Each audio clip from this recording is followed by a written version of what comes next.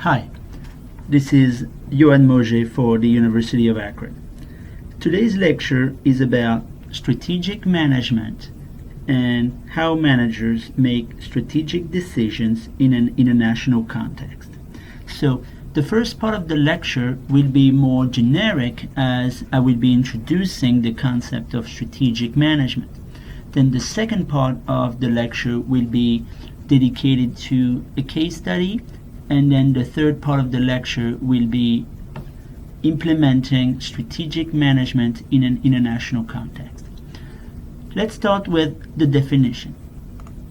When talking about strategic management, most researchers talk about strategy from the ancient Greece with the term strategos.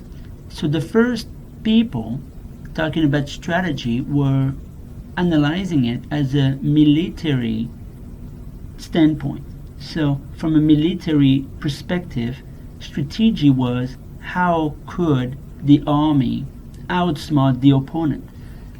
Actually in Greece, but also in China at that time, it was called the art of the general. Or once again, this idea of from a military base, how would I be able to outsmart my opponent? Then later on in the history, strategy became more an idea of objective to reach. So for managers, the idea was what can be the plan that I can set so I can achieve a competitive advantage, that I can achieve a situation in which I will be able to beat my opponent.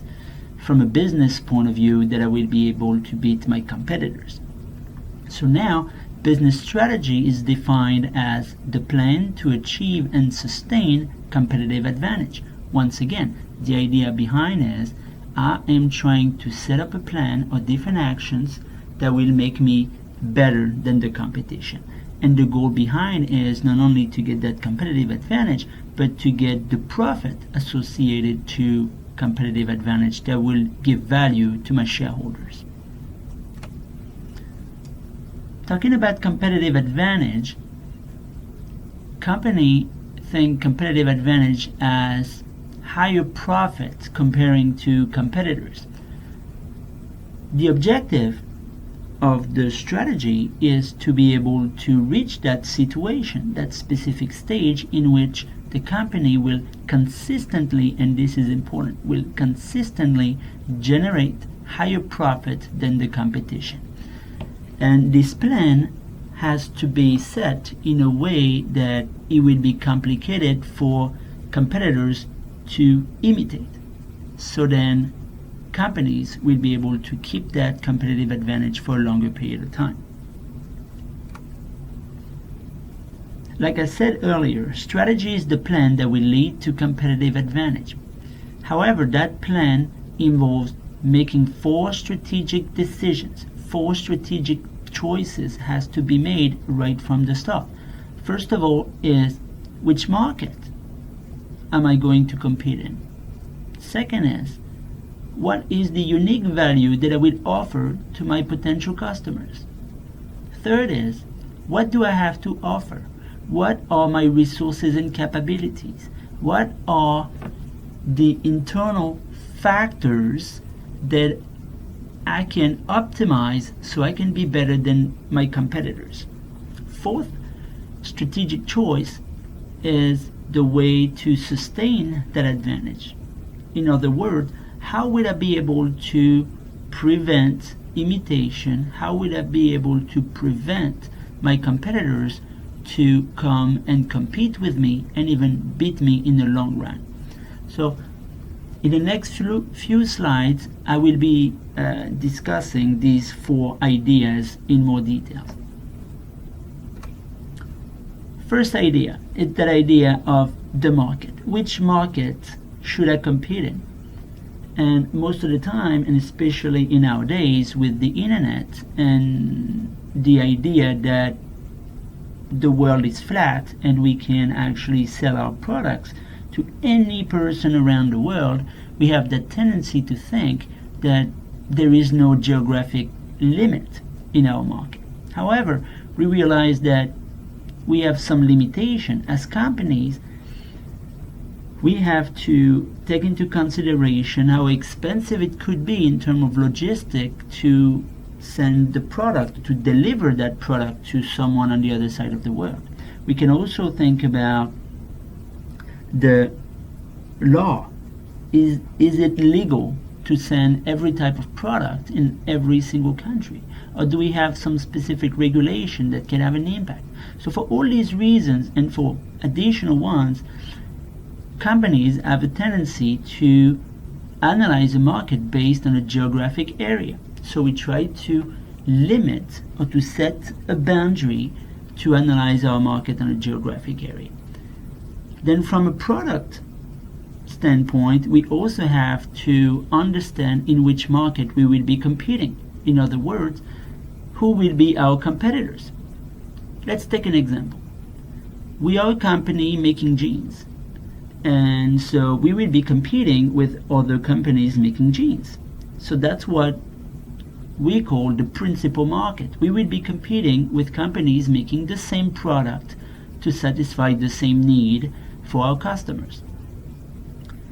However, we'll also be competing with other products who are trying to satisfy the same need. So for example, instead of wearing a pair of jeans, a customer can be wearing a pair of dress pants. So we'll call these types of products substitutes. And that substitution market will have an impact on us and will be a type of competitors. Also, when we are trying to set up our strategy, we have to look not only on our direct competitors, the one making the same types of jeans, or indirect competitors, companies making dress pants, for example. We also have to look at how is the generic market going. And what is that generic market? The generic market, it's like an umbrella that includes all the different types of market we just talked about previously. So for example, as jeans maker, we are included in the clothing market. So we need to analyze how is the clothing market doing in a specific geographic market. So if for some reason customers are reducing their consumption of clothes in a geographic area, this can have a negative impact on our product and our business in general. So we need to understand how is this generic market going in a specific market. Also, because we want to be helped when we sell our product, we need to analyze how the support market is going. So for example, when we talk about support market, we're talking about products that complement our product, that can be additional sales with our product. For example, I'm making jeans, belts can be sold in addition to buying jeans. Or t-shirts can also help customers to make decisions to buy a pair of jeans. So all these markets have to be understood by the companies to make sure that they make strategic decisions in order to set a plan to reach competitive advantage. So that plan, once again, needs to bring a unique value to the customers. So once I understand the market and I understand my competition, then I can see the gaps. Where should I position my company to make sure that I will offer something unique to my customers? And this is important because this will make success. Unique value is what is very important in the determination of competitive advantage. Why? Because companies can be better than the competition because they are cheaper. They offer a cheaper product. This is a strategy called cost advantage. Or products can be sold more than the competitors because the product will be different. That's the differentiation strategy. So how different can a product be? A product can be different because it offers new features or additional features comparing to the competition. Or the product can simply be higher quality. Or the product can bring a better image. and customers can buy the product because it gives a certain image. There is an image associated with buying this type of product. Let's take an example with I'm buying a Ferrari. I'm buying a car for the image of the car. Also, this idea of convenience. This idea of convenience means that the company will be located at a specific location in which there will be no competition, for example. And you see this in airport when sometimes you have these stands selling sandwiches after you pass the security check, which means that there will be no competition. They will be the only one able to offer or to propose sandwiches to potential customers. So I wrote a few examples for each unique values, but you can think about examples that you might know or products that you might have bought already, and think about the reasons why you bought this product comparing to the competition. What thing they offered that was better than the competition? What was the unique value of such product? Were they cheaper? Were they different? What was the strategy used by the company?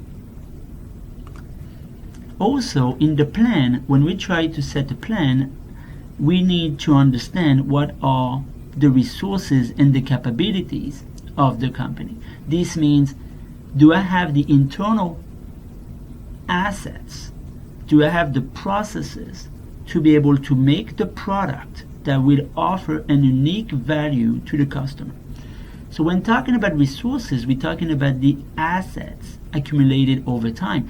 So we have four types of resources. First one is physical resources. We're talking about the plant, talking about the machines that the company owns. Talking about also human resources. Do my employees have specific strength that will make my company better than the competition? Talking also about financial resources. Do we have the financial resources to invest in marketing campaign, to invest in innovation, for example? Finally, intangibles are resources that refers to the brand image of the company. Finally, resources and capabilities relates to the process that the firm uses to manufacture their product or to deliver their service. So this is called the capabilities or the process of how companies make their product. One of the best examples is the fast food industry. When looking at the fast food industry, many companies have set up specific processes to make burgers, for example. So they know that at the end of the chain, the burgers will have a standard, a quality standard. So in any store, for example at McDonald's, they will have the same process to cook the burger, the same amount of sauce that will be put in the burger, the same amount of tomatoes and pickles and cheese, and the burger will taste the same if you buy it in Paris or if you buy it in New York City. Finally, companies need to find ways to keep their competitive advantage. And so they set up a plan, and then they have to make sure that once that plan works, then they can keep up with this plan. And also they can keep up with the competition, meaning that companies don't want the competition to catch up. So we need to find the ways to prevent imitation and to make sure that the competition doesn't catch up. So how do companies do so? One of the most common strategy is actually to keep on innovating, but also to invest a lot of money. And by investing money, it's where should I invest that money? So we can invest in new stores, so I will be able to offer more product to the customers. Or I can invest, like we said earlier, on innovation. We can also invest on the processes. Maybe we will be able to make the same product but for a cheaper price. So no matter what, the plan that the company set to reach the competitive advantage has to always be redefined and rethought, so then the competition doesn't imitate and doesn't catch up with us. So this is the end of the first part of the lecture. I will ask you one question and then we will be moving on to a short case study in the part 2.